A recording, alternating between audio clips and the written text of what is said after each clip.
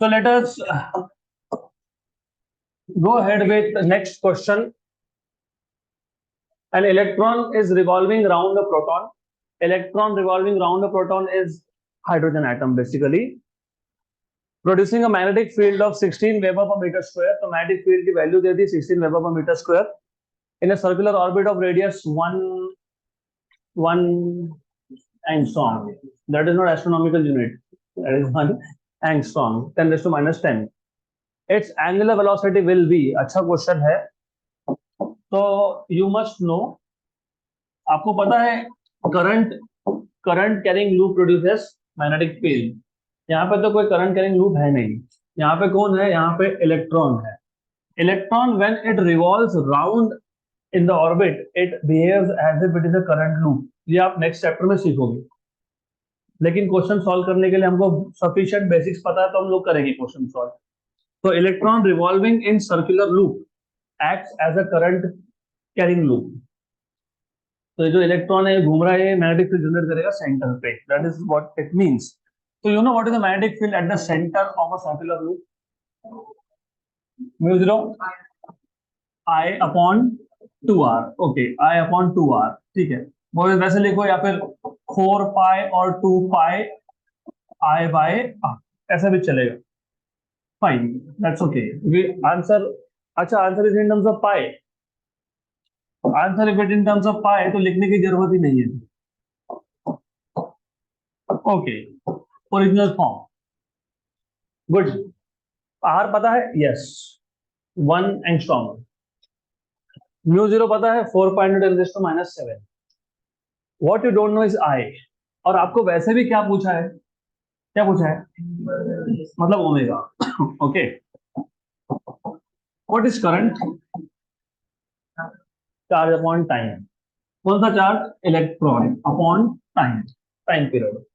Do you remember time period 2 pi by omega? Yes. तो B equal to mu 0 upon 2r E upon 2 pi by omega. तो यहां से आपको omega का formula मिल जाएगा. तो यू विल हैव ओमेगा. चलो एक काम करते हैं, वैल्यू सब्स्टिट्यूट कर लेते हैं. व्हाट इज मैग्नेटिक फील्ड का value given to you? 16. What is mu 0? 4 pi. Answer is not in terms of mu 0. Okay, 4 pi into 10 raised to minus 7 upon 2 into r. R का 10 raised to minus 10. Charge on electron 1.6 into 10 raised to minus 19. मैं ऐसा लिखूंगा इसको 16 into 10 raised to minus 20. Okay, good, good for us. क्योंकि वो cancel हो जाएगा ना. Yes. तो ओमेगा अपॉन ओमेगा अपॉन 2 पाई. कुछ रह गया क्या? कुछ रह गया? नहीं. Okay, good. Cancel cancel cancel cancel cancel cancel. हो गया. 10 raised to minus 27 और नीचे minus 10, minus 17. minus 17 वहां से यहां आएगा डिनोमिनेटर से, वहां से आएगा ऊपर. तो 10 raised to 17. तो ओमेगा की वैल्यू होनी चाहिए 10 raised to 17. 10 raised to 17. Option number A. Next question.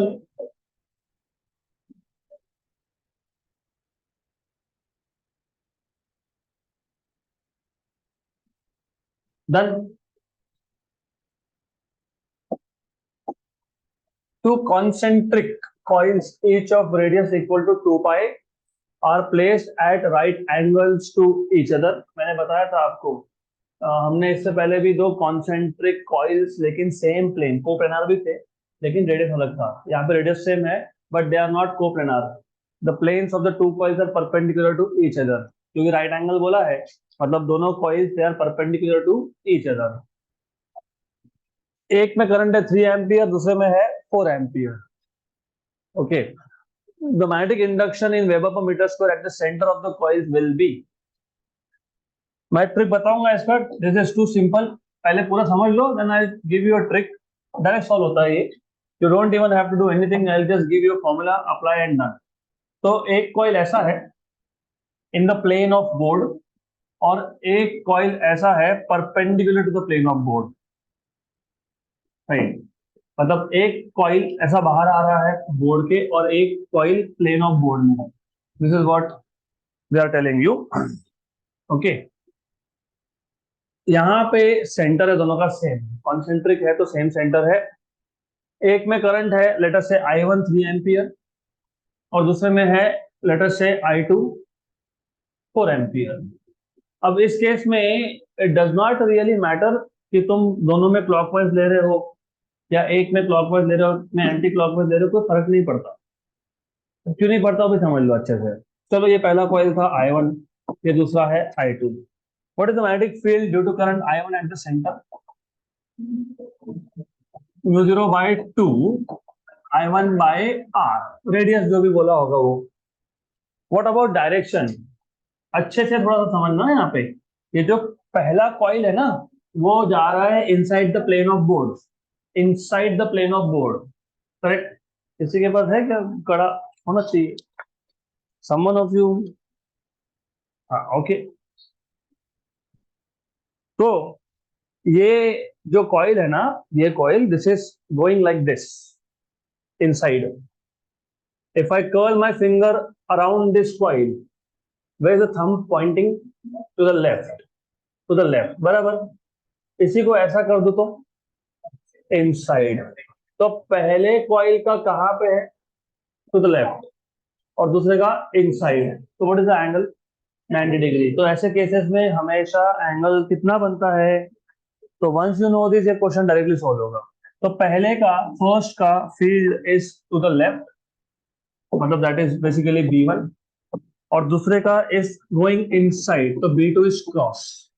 तो here of course B1 and B2 is μ0/2 I2 by R, और B1 and B2 are perpendicular. When two vectors are perpendicular to each other, what is the resultant? Under root of B1 square plus B2 square. So B equal to under root of μ0 I1 upon 2R square plus अरे बताओ, μ0 I2 by 2R square. Okay, so it is μ0 I2 by R square, 2R square, 2R square, correct है? Is this correct? Yes. अभी next time से क्या करना, next time से ऐसा question आया तो मैं आपको भी शॉर्टकट फॉर्मूला बना के देता हूं। Remember, if you have two coils which are perpendicular to each other, μ0/2 under root of I1 by R1 square plus I2 by R2 square। और अगर दोनों का रेडियस भी सेम हुआ, R स्क्वायर कॉमन निकल के वो भी आ जाएगा बाहर। लेकिन ये याद रखना बेटर ऑफ, क्योंकि हो सकता है कि रेडियस सेम नहीं भी दी हो। Okay, right. तो if radius is also same, तो उस केस में μ0/2R पूरा का पूरा बाहर, स्क्वायर रूट से बाहर, तो μ0/2R root of I1 square plus I2 square. I1 square is 3, I2 square is 4, 3 square plus 4 square मतलब 5 स्क्वायर, मतलब root of 5 square is 5। Answer क्या इन टर्म्स ऑफ नंबर दिया है क्या? यस। ठीक है, फिर वैल्यू सब्स्टिट्यूट करनी पड़ेगी हमको। तो you will have V equal to, what is μ0? 4 pi into 10 raised to minus 7 2R. What is radius? 2 pi. Very good. 2 pi centimetre मतलब 10 raised to minus 2। μ0, रुको रुको भाई नहीं, μ0 अपॉन 2R। R की वैल्यू क्या थी? 2 pi। तो वेर इज 2? ये 2 आएगा ना इधर। हाँ, वो 2 भी बाकी था, वो 2 बाकी था, इंटू 5। Okay, correct. 1 जा 2 जा, ये और ये cancel. 5 into 10 raised to minus 5 tesla या फिर वेबर पर metre square. Option number A, done. हाँ, तो वो जो ट्रिक था वो ट्रिक भी लिख देता हूँ. Just the formula. Net magnetic field is mu zero by two under root of I1 by R1 square plus I2 by R2 square. Okay. So next question.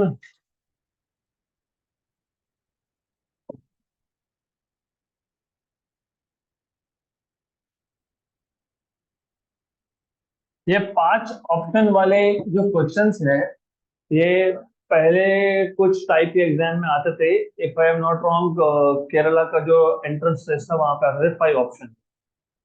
तो अभी तो आपको 5 ऑप्शन नहीं आएगा, लेकिन ये सेम क्वेश्चन पूछ सकते हैं विद 4 ऑप्शंस.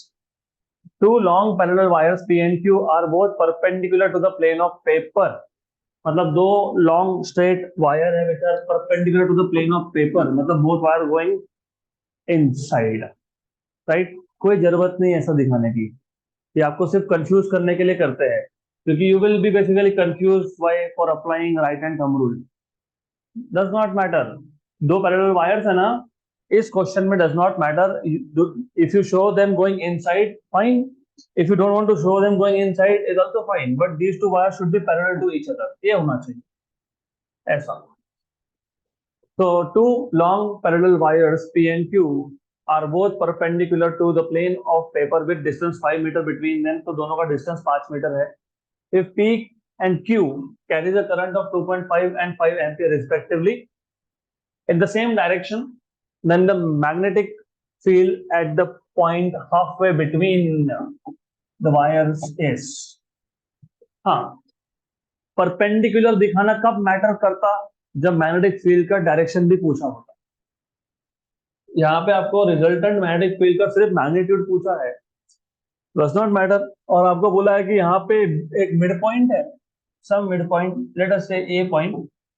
तो ये डिस्टेंस हो गया 2.5, ये डिस्टेंस हो गया 2.5. सिंपल. करेक्ट. तो P से डिस्टेंस 2.5, Q से distance 2.5.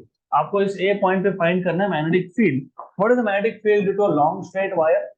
Mu 0 by 2 pi I by R is distance. Correct. Right. अब दोनों में डिस्टेंस तो सेम है ना. टोटल डिस्टेंस कितना था? 5 मीटर. तो फिर कहाँ फाइंड कर रहे हो? हाफ डिस्टेंस, मतलब 2.5 एंड 2.5. म्यू 0 बाई 2 पाई भी सेम है, तो सिर्फ डिफरेंस क्या है? करंट. और direction in both the cases is same same. Correct. तो अगर मैं पी वायर के लिए right hand thumb rule apply कर दूं, इनसाइड, इनसाइड मतलब क्रॉस. और क्यू के लिए आउटसाइड. तो पी वायर के लिए अगर मैं फाइंड करता हूं, मैं इसको वन, वायर नंबर 1 नाम दे देता हूं इसको. This is wire 1, this is wire 2. तो वायर 1 का जो फील्ड है वो I1 और वो होगा क्रॉस, क्योंकि गोइंग इनसाइड है. और जो सेकंड वायर है वो आ जाएगा mu 0 by 2 pi I2 by R dot. तो जो भी आपका नेट फील्ड आने वाला है वो होगा B1 माइनस B2 या फिर B2 माइनस B1, डिपेंड करता है कौन सा बड़ा कौन सा छोटा. यहाँ पे डिस्टेंस सेम है, तो करंट पे डिपेंड करेगा. जिसमें करंट ज्यादा होगा तो जिसमें ज्यादा है. देख, या तो एक काम करना, मॉड ले लेना, चलता है. ओके. तो B2 माइनस B1, तो mu 0 by 2 by I2 by R minus mu 0 by 2 by I1 by R. तो mu 0 by 2 by R common, I2 minus I1. तो mu 0 by 2 pi, what is R? 2.5, 2.5 metre. Okay. 2.5 metre. Distance is 2.5 ना, है ना? 2.5. ठीक है. तो R equal to 2.5 है. R, ये भी R, और R इक्वल टू 2.5 है. Good. What is I2? 5. What is I1? 2.5. What is 5 minus 2.5? 2.5. 2.5 और 2.5, तो mu 0 by 2 pi. Mu 0 by 2 pi, option number 2.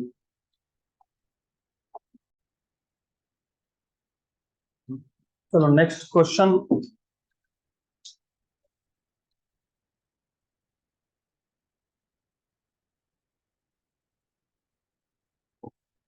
A proton and alpha particle enter a uniform magnetic field perpendicularly with the same speed. तो एक proton था, एक alpha particle था, दोनों के दोनों एक मैग्नेटिक फील्ड में एंटर कर गए perpendicularly and with the same speed, v is same. A proton takes 25 microseconds to make 5 revolutions. 5 चक्कर कंप्लीट करने के लिए कितना टाइम लगा? 25 माइक्रोसेकेंड. तो एक के लिए कितना लगा? 5. 25 by 5 microseconds. Then the periodic time for the alpha particle is. Proton के लिए पीरियोडिक टाइम पता है, अल्फा पार्टिकल के लिए पीरियोडिक टाइम पूछा है. क्वेश्चन समझ में आया? You have a proton, you have alpha particle, both are entering the same magnetic field perpendicularly with the same speed. Time period of proton is 25 by 5 microsecond, मतलब 5 microsecond. And they're asking me what is the time period for alpha particle. What is the time period in a cyclotron? Cyclotron में magnetic field perpendicular होता है ना? हाँ, होता है ना perpendicular. Yes. तो 2 पाई m by qb. Very good. What is constant and what is not constant? Mass is not constant and charge is not constant. B is constant and 2 pi is constant. So time period is proportional to m by q. So time period for alpha particle upon time period of proton is m alpha upon m proton, and inversely q proton upon q alpha. Okay. What is mass of alpha particle? 4 times of mass of proton. क्योंकि 2 proton 2 neutron, proton और neutron का मास लगभग same होता है, तो 2 और 2 4 4. What is mass and proton? Mass of proton. तो कोई प्रॉब्लम ही नहीं, कैंसिल होगा. What is charge in proton? E. What is charge in alpha particle? 2e. 4 ही मत लिख देना. हाँ, न्यूट्रॉन पे चार्ज नहीं होता है, न्यूट्रॉन का मास होता है, इसके लिए 4 लिखा. न्यूट्रॉन पे चार्ज नहीं होता है, इसलिए 2 लिखा. Cancel cancel cancel cancel, 1 and 2 था. So time period for alpha will be 2 times of time period for proton. ये 5 था, 5 था नहीं, पक्का? तो कितना होगा? 10. और ये 5 कैसे आया? जिनको नहीं समझा उनके लिए लिख दो. Time period of proton is 25 by 5, क्योंकि 25 माइक्रोसेकंड में 5 चक्कर, तो एक चक्कर के लिए 5 हो गया. 10 ऑप्शन में है क्या? 10. यस. चलो अगला क्वेश्चन. नेक्स्ट क्वेश्चन हो गया ये सबका. और प्रोटॉन और मास दिया हुआ है, चार्ज भी दिया हुआ है. Enters perpendicular to a magnetic field of intensity, मतलब बी की वैल्यू दी है, with velocity of 3.1 × 10⁷ metre per second, वो भी दिया है. Acceleration of the proton should be. पहले तो ये बताओ, मैग्नेटिक फील्ड ये वर्क करता है कि नहीं करता है? नहीं करता है. तो एक्सेलरेशन प्रोड्यूस करता कौन है? Electric field. यहाँ पे इलेक्ट्रिक फील्ड है क्या? नहीं है. क्या? नहीं. नहीं है ना? दिख रहा है क्या? कहीं बोला इलेक्ट्रिक फील्ड? नहीं. तो यहाँ पे इन्होंने पूछा है what is the acceleration of the proton, लेकिन magnetic field does no work. Magnetic field does not produce any acceleration. Centripetal acceleration.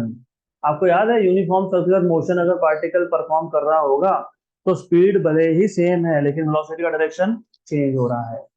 So when the direction of velocity changes, मतलब when the direction of velocity is tangent at every point, there is an acceleration which is directed towards the center. This acceleration is only due to change in direction of velocity. There is no change in magnitude of velocity. सिर्फ direction change होने की वजह से, और वो होता है centripetal. तो आपको यहाँ पे कौन सा एक्सीडेंट पूछा होगा? सेंट्रीपिटल. ओके. तो डायरेक्टली सेंट्रीपिटल का फॉर्मूला पता है तो भी चलेगा, नहीं तो कोई बात नहीं. नहीं तो you should understand that force of magnetic field provides necessary centripetal force. तो मैग्नेटिक फील्ड का force will be basically centripetal force. What is magnetic field का force on a charge particle? QBB. This is MA. Directly ये मुझे पता था, mv² by r बोलोगे. जब पूछा ही ए है तुमको तो क्यों m v square by r लिखना है, ए लिखो ना उसको। तो ए क्या होगा, क्यू वी बी। आप बोलोगे ऐसा क्यों, फिर अरे मेरे पास चार्ज दिया हुआ है, मेरे को स्पीड बताया हुआ है, मैग्नेटिक फील्ड बताया, मास बताया हुआ है, तो हमको एक्सीजन in terms of known parameter जो दिया है उसके टर्म्स में चाहिए ना। M v square by r लिखना होता तो मैं डायरेक्ट नहीं लिख देता, v square by r direct लिख देते। क्या मतलब था, कुछ नहीं है। तो ये करो चुपचाप अभी इसको solve. What is charge 1.6 into 10 raised to minus 19? What is V 3.4 into 10 raised to 7? What is magnetic field का वैल्यू, टू बोला ना, टू शायद, two, yes two. What is mass, proton है 1.67 इंटू -27, तो ठीक है मैं इसको कैंसिल कर देता हूँ, बराबर है। या तो फिर 1.71 था और वो 2 था, आपकी मर्जी जैसा भी हो। तो 6.8 इंटू 10 रेज टू -19 प्लस 7 -12 और प्लस 27, कितना कितना 15 है ना, मीटर पर सेकेंड स्क्वायर। देखो देखो ऑप्शन नंबर ए 6.5, हमारा 6.8 क्योंकि हमने रफली रफली कैलकुलेट किया। 10 to 15 10 to 15 metre per second square. Next question,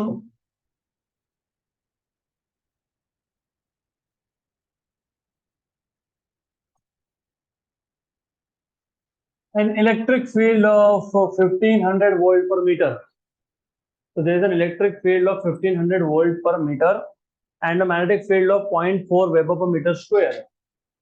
electric field भी है और मैग्नेटिक फील्ड भी है, तो नॉट नेसेसरली हमेशा साइक्लोट्रॉन होगा ही। साइक्लोट्रॉन का कंडीशन था electric field, magnetic field and velocity of the charge particle should be mutually perpendicular to each other. मतलब अगर वेलोसिटी x में है, मैग्नेटिक फील्ड y में है, तो इलेक्ट्रिक फील्ड z में होना चाहिए, वो कंडीशन होता है। तो हमेशा बाय डिफॉल्ट ऐसा अज्यूम करके मत चलना कि अगर इलेक्ट्रिक फील्ड है, मैग्नेटिक फील्ड और चार्ज मूविंग है तो साइक्लोट्रॉन मोशन होगा, ऐसा नहीं होता है। Electric field of 1500 volt per metre and magnetic field of 0.4 weber पर metre square act on a moving electron. The minimum uniform speed along a straight line the electron could have is straight line, मतलब this is not cyclotron। इसका मतलब ये होता है, अभी कभी भी याद रखना मैग्नेटिक फील्ड का काम क्या था, कर्वेचर देना। मतलब मैग्नेटिक फील्ड है तो चार्ज पार्टिकल ने क्या परफॉर्म करना चाहिए था, सर्कुलर मोशन, लेकिन नहीं कर रहा है। मतलब मैग्नेटिक फील्ड के फोर्स को इलेक्ट्रिक फील्ड के फोर्स ने बैलेंस कर दिया, राइट, करेक्ट, गुड। तो फिर मैग्नेटिक फील्ड का फोर्स जो है it is balanced by force of electric field. What is magnetic field force, QEB। What is this, QE। Cancel cancel, क्या पूछा है आपको। तो what is speed, E/B। What is E value, 1500 बोला है ना। And what is B value, 0.4। 0.4 is 4/10, मतलब 2/5, ऐसे होगा ना, 2/5 बराबर 750 इंटू 5, 7,500 का आधा करना है, आधा 3750, 3750। ये look, दिख रहा है, दिख रहा है, दो जगह पे है ना। तो 3750 मीटर पर सेकेंड, तो 3.75 इंटू 10⁻³ मीटर पर सेकेंड, बराबर ना, 3 की 2 3 बराबर है 3। ऑप्शन नंबर सी।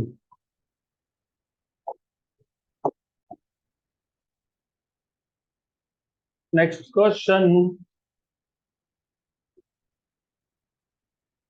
अगले क्वेश्चन में वापस ये कॉन्सेप्ट लगने वाला है आपको। तो अभी इसके बाद से याद रखना, if there is no deflection then V equal to E/B। No deflection मतलब the particles moves in straight line. So जब भी देखोगे particle moving in straight line या नो डिफ्लेक्शन तो V इक्वल टू E/B। देखो अभी अगले क्वेश्चन में क्या बोला है, electron of mass 9.1 into 10 raised to minus 31 kilogram, charge 1.6 into 10 raised to minus 19 coulomb, experiences no deflection. मतलब it moves in a straight line. If subjected to an electric field of 3.2 into 10 raised to 5 volt per meter and a magnetic field of 2 into 10 raised to minus 3 Weber per meter square, both the fields are normal to the path of electron and to each other. Right? आगे क्या बोला है? आगे क्या बोला है? If the electric field is removed, अब electric field remove कर दिया तो इलेक्ट्रॉन क्या करेगा? नो डिफ्लेक्शन क्यों हुआ था? क्योंकि मैग्नेटिक फील्ड के फोर्स को किसने बैलेंस कर दिया था? Electric field. अभी हमने इलेक्ट्रिक फील्ड हटा दिया तो क्या होगा? Circular motion. मतलब अभी मैग्नेटिक फील्ड का फोर्स क्या प्रोवाइड करने वाला है? Centripetal force. Then the electron will revolve in orbit of radius. तो मतलब दो केसेस बनते हैं. केस 1 में जब नो डिफ्लेक्शन है तो उस केस में इलेक्ट्रिक फील्ड के फोर्स ने मैग्नेटिक फील्ड के फोर्स को बैलेंस कर दिया. और ये हमने अभी देखा, it is QE equal to QVB. तो यहां से V equal to E by B और E की वैल्यू है 3.2 इंटू 10 रेज टू 5 और B है 2 इंटू 10 रेज टू माइनस 3. तो 1 एंड 1.6. तो V आ गया आपके पास 1.6 into 10 raise to 8 meter per second. आ गया V. Case number 2. Case number 2, when electric field is removed. अगर इलेक्ट्रिक फील्ड को रिमूव कर दिया तो यही मैग्नेटिक फील्ड का force will now provide centripetal force. तो this is QVB equal to mv square by r. Cancel and cancel. तो आपको क्या चाहिए? क्या r चाहिए ना? हाँ, तो r क्या आ गया? mv by QB. तो now you know what is m. 9.1 मैं 0.1 नहीं लिखने वाला हूं इंटू V. V कितना आया? 1.6 into 10 raise to 8 upon QB. Q कितना है? 1.6 into 10 raise to minus 19. What is magnetic field की value? 2 into 10 raise to minus 3 था ना? यस, माइनस 3 था. कैंसल कैंसल 1 जा एंड 4.5 जा. ओके, तो R equal to minus 31 plus 8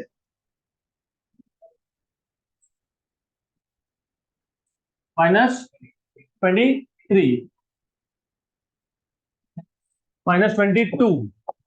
तो ऊपर बचा माइनस 1. तो 0.45 मीटर. तो 0.45 मीटर आंसर में होगा option number C.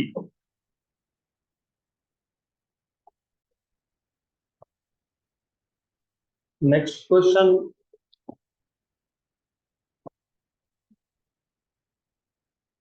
Three long straight and parallel wires. You have three long straight and parallel wires carrying currents are arranged as shown in figure. तो 3 wire है P, Q and R. P में current है 30 ampere from bottom to top.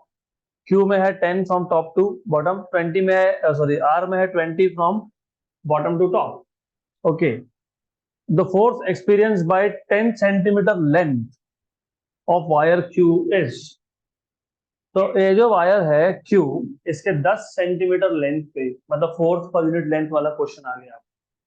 इसके 10 centimetre length पे कितना force लगेगा? That is what they are asking. तो how to solve this question? और डायरेक्शन भी पूछा है. क्या क्या करोगे ऐसे क्वेश्चन को सॉल्व करने के लिए? क्या करेंगे?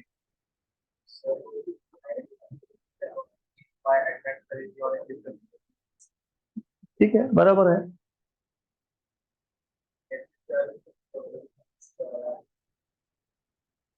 ओके. पहला आर्ग्यूमेंट सही था आपका, दूसरा थोड़ा गड़बड़ा गया. What is force in general acting on a current carrying conductor? Bill sine theta. Right. अगर मुझे, मैं दो मेथड्स है उसमें सिंपल वाला बता रहा हूं मैं. अगर मुझे Q वायर पे फोर्स कैलकुलेट करना है, Q वायर पे, तो force acting on wire Q, force acting on wire Q is magnetic field into current into length into sine theta. ये जो करंट है ये क्यू वायर का है, ये जो लेंथ है ये क्यू वायर का है, ये जो फील्ड है ये एक्सटर्नल फील्ड है और ये नेट फील्ड है because of the other two wires. तो क्यू वायर के लोकेशन पे पी और आर का नेट फील्ड कितना, वो बी नेट है। करेक्ट। मैंने आपको इससे तब बताया था कि ये जो तुम लिखते हो ना B I L sine theta, तो ये तुमको पता होना चाहिए कि बी, ये सिर्फ बी एक्सटर्नल होता है, आई और एल जिस वायर पे फोर्स लग रहा है उसका प्रॉपर्टी होता है। राइट। तो B I L sine theta में आई और एल क्यू वायर का है, और ये जो बी है ये नेट फील्ड है कहाँ पे, at the location of Q due to other two wires. कौन से other two wires? R and P. मतलब तुम पहले अभी बी नेट फाइंड करो। अभी बी नेट फाइंड करने के लिए पहले तुमको फाइंड करना पड़ेगा what is the magnetic field of R and what is the magnetic field of P at the location of Q. R inside मतलब cross, long straight wire, mu zero I R current through R upon 2 pi, भूलना नहीं 2 पाई, 2 पाई यहाँ पे distance are है ना, distance are. एक काम करता हूं मैं, ए लिख देता हूँ, डिस्टेंस इज ए, तो इसका सिर्फ नोटेशन चेंज कर दिया, इसको ए बोल दिया, इसको बी बोल देता हूँ, क्या फर्क पड़ता, small B. Okay, does not matter, notation तो हम जैसा चाहे वैसा देंगे। राइट। और एक काम करते हैं, क्योंकि आंसर तो तुमको वैसे भी न्यूमेरिक चाहिए, पाए वाई तो दिख नहीं रहा आंसर में, तो क्या करेंगे, इसको इधर लिख देंगे ऊपर और इधर कर लेंगे 4, मतलब हमारा थोड़ा सा काम आसान हो जाएगा। Okay, then this is 10⁻⁻7 into 2 into what is current through R, 20 upon what is distance 2 centimetre, मतलब 10⁻², कैंसल कैंसल, 20 into 10⁻⁻7 मतलब 20 10⁻⁻6, और ये +2 हो जाएगा, -4 टेस्ला। ये हो गया magnetic field due to R. Similarly for magnetic field due to P same formula लगेगा, mu zero by 4 pi two current through P upon distance is B. But outside मतलब डॉट, तो ये आएगा 10⁻⁻7 into 2 into what is I P 30 upon what is B 10 into 10⁻⁻2। हो गया। Okay, ये आएगा आपका 6 10⁻⁻6 और नीचे से -1 ऊपर 10⁻⁻, अरे तो बताओ, -5, -5 को मैं 0.6 इंटू 10⁻⁻4 लिखूंगा। Okay good. ज्यादा कौन सा है? B R. तो व्हाट इज नेट फील्ड? तो net field is B R minus magnetic field of P. What is B R? 2 into 10⁻⁻4 and 0.6 into 10⁻, मतलब 1.4 into 10⁻⁻4। Correct. Direction of the field inside, क्योंकि B R बड़ा था तो बड़े vector के direction में होता, तो इनसे, ठीक है, इनसाइड आउटसाइड में फर्क पड़ता ही नहीं है हमको। अगर इनसाइड भी है तो करंट और मैग्नेटिक फील्ड में एंगल कितना है 90, तो व्हाट इज थीटा 90। तो ये यहाँ पे तो ये तो थीटा तो 90 आ गया, तो B net I Q L Q और वो साइन 90 वो बन गया 1। तो अल्टीमेटली फॉर्मूला क्या आया, B net I Q L Q. हो गया। तो therefore force on Q is B net IQ LQ. What is B net? 1.4 into 10⁻⁻4. What is IQ? 20 था शायद, 10 और लेंथ भी शायद 10 दिया था ना, 10 सेंटीमीटर। ओके, 10 into 10⁻², ये 100 और वो 10⁻², कैंसल, तो कितना आया 1.4 into 10⁻⁻4, 1.4 into 10⁻⁻4, 1.4 into 10⁻⁻4। Option number ए और बी में से 1। सिर्फ डायरेक्शन फाइंड करना पड़ेगा। पहले बात तो ये बताओ, ये जो क्यू वायर है इसमें करंट और पी में करंट अपोजिट है, तो अनलाइक करंट क्या करते हैं? अट्रैक्ट करते हैं। अट्रैक्ट करते हैं ना, अट्रैक्ट ही करते हैं, अनलाइक चार्जेस रिपेल करते हैं। तुमने उल्टा बोला तो मैं भी उल्टा ही बोल रहा हूँ ना। तुमने क्या बोला? क्या बोला तुमने? अनलाइक करंट अट्रैक्ट करते हैं, तो मैंने क्या बोला फिर? अनलाइक चार्जेस रिपेल करते हैं। Like charges repel, unlike charges attract. Like currents repel and unlike currents,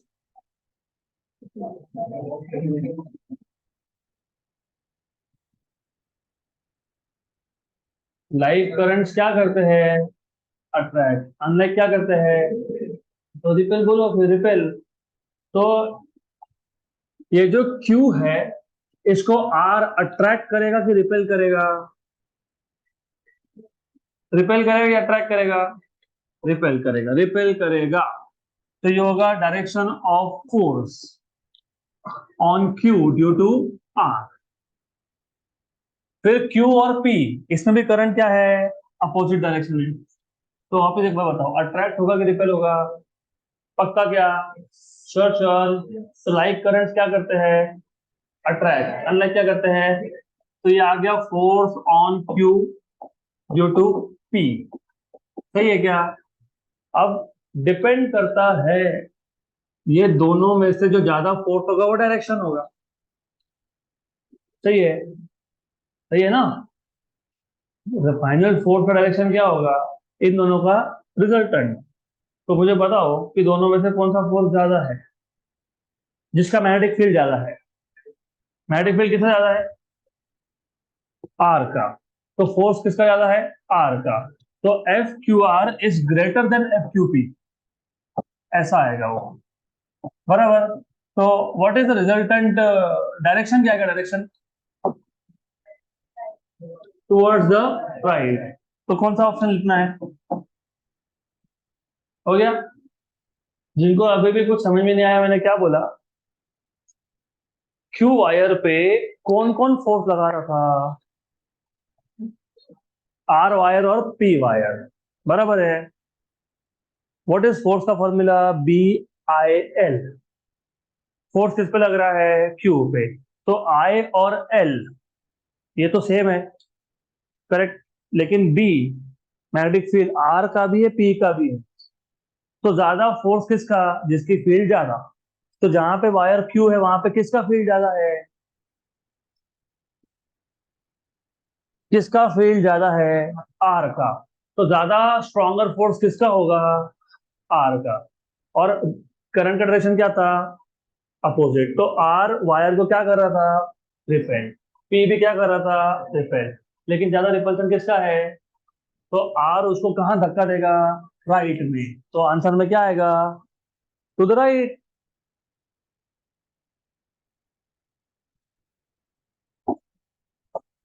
अगला क्वेश्चन।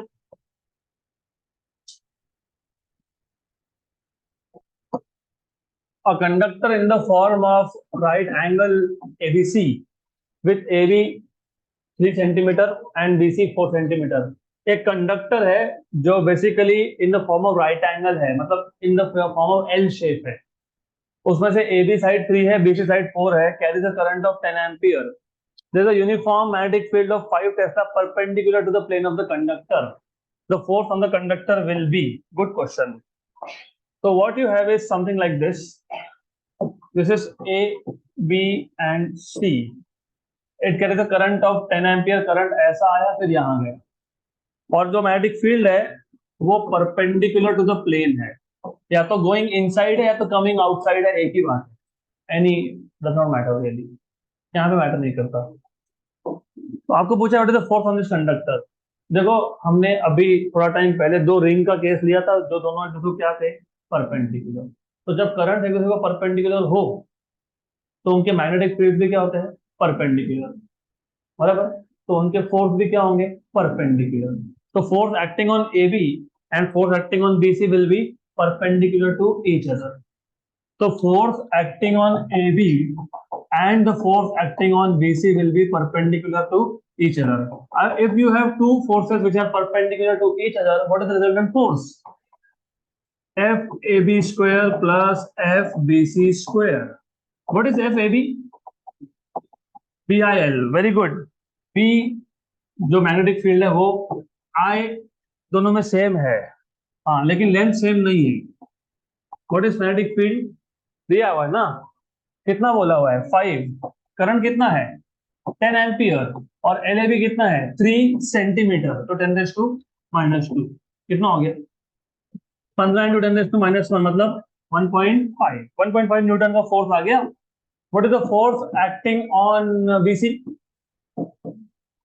बोलो बोलो बोलो बोलो, जल्दी जल्दी जल्दी. BILBC. What is B? 5. What is I? 10. This is 4 into 10⁻².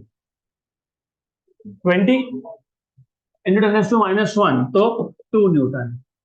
So force, resultant force will be under root of 1.5 square and 2 square. What is 1.5 का square? 2.25 and 4. Under root of 6.25. What is root of 6.25? 2.5. तो resultant force कितना है? 2.5 है क्या option में? Yes. लेकिन आपने ये करना नहीं है. ये आंसर बिल्कुल सही है. नहीं, वो भी नहीं करना. मैं आपको और चीज बताता हूँ. I'll tell you one more way out. Method 2. Method number 2. AB पे फोर्स लगना और BC पे फोर्स लगना और दोनों परपेंडिकुलर होना, मतलब बेसिकली AC पे फोर्स लगना. आई नो AC नहीं है वहां पे, नहीं है तो इमेजिन कर लो, इसको भूल जाओ. हाँ, AC को मत भूलो, मैं तो देयर इज नो वायर. हाँ, तो सीधा सीधा इस पे फाइंड कर लो. अगर AB 3 था, BC 4 था, तो ये कितना है? 5. व्हाट इज फोर्स का जनरल फॉर्मूला? BIL. थीटा तो 90 है ना. करंट और मैग्नेटिक फील्ड परपेंडिकुलर है. B कितना? 5. करंट कितना? 10. या कितना? 5 × 10⁻².